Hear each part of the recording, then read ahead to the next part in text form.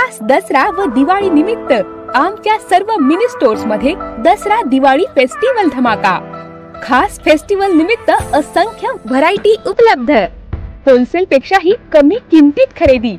कांजीवरम, बनारसी, जुल्हा Bangalore silk, Madurai silk, Calcutta cotton full व्हरायटीत उपलब्ध। कमी बजेट मध्ये संपूर्ण कुटुंबाची खरेदी। तसंच सूट व इंडो शेरवानी, हळदीसाठी kurta, safari, branded shirt pant यासाठीही खास कलेक्शन। ज्यादा झालेला माल परत घेऊन पैसे परत। रवींद्र वस्त्र निकेतन, सलगरेज व शाखा। नाही, मी अजून त्या भूमिकेवर ठाम आहे। मी कलेक्टर असतील नाही काय तुम्ही नाही आम्हाला जर त्या महिलेनं निवेदन करताना त्या निवेदनमध्ये जर मागं लिहिलं असतं ह्या ठिकाणी 1 मिनिट तसं लिहिलेलं नाही तसं लिहिलं त्यांनी जर आम्हाला। आणि तुम्हालाही माझी विनंती आहे सगळ्यांना, आपण थोडंसं आम्हाला इंडिकेट केलं ह्या ठिकाणी आज मटका चालू झाला आहे, ह्या ठिकाणी दारू चालू झाली, आम्हाला जर थोडं इंडिकेट पत्रकार लोकांनी दिले तर सुद्धा आम्ही ते बंद करू।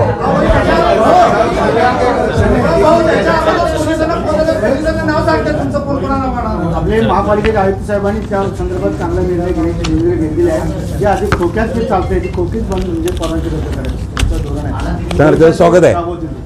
आम्हाला दारू 2 नंबर कलेक्टर साहेब परत एकदा सांगतो तुम्हाला, आपण कलेक्टर आणि SP पण आदेश द्या आपल्याला, आपण अवैध धंदे कुठेही चालू राहू नयेत। आपले एक निवेदन आले, त्या कोण लेडीज दिलेले त्यांना बोलवा, त्यांना कुठं चालले त्यांचा अंदाज घ्या आणि ताबडतोब त्यावर यंत्रणा राबवा। परिसरात उघडपणे म्हटलं जात आहे, कोल्हापूर रोडला रेल्वेच्या एसटी स्टँडच्या बाजूला उघडपणे पोटी लावली जात आहेत, काही लक्ष दिलं जात नाही। आणि तिथं भाड्याचे बोर्ड दिला होता, तिथे जागा महापालिकेची झाले कोल्हापूर रोडला ऐसे बघा अनधिकृत खोके ते आम्ही दिवाळीच्या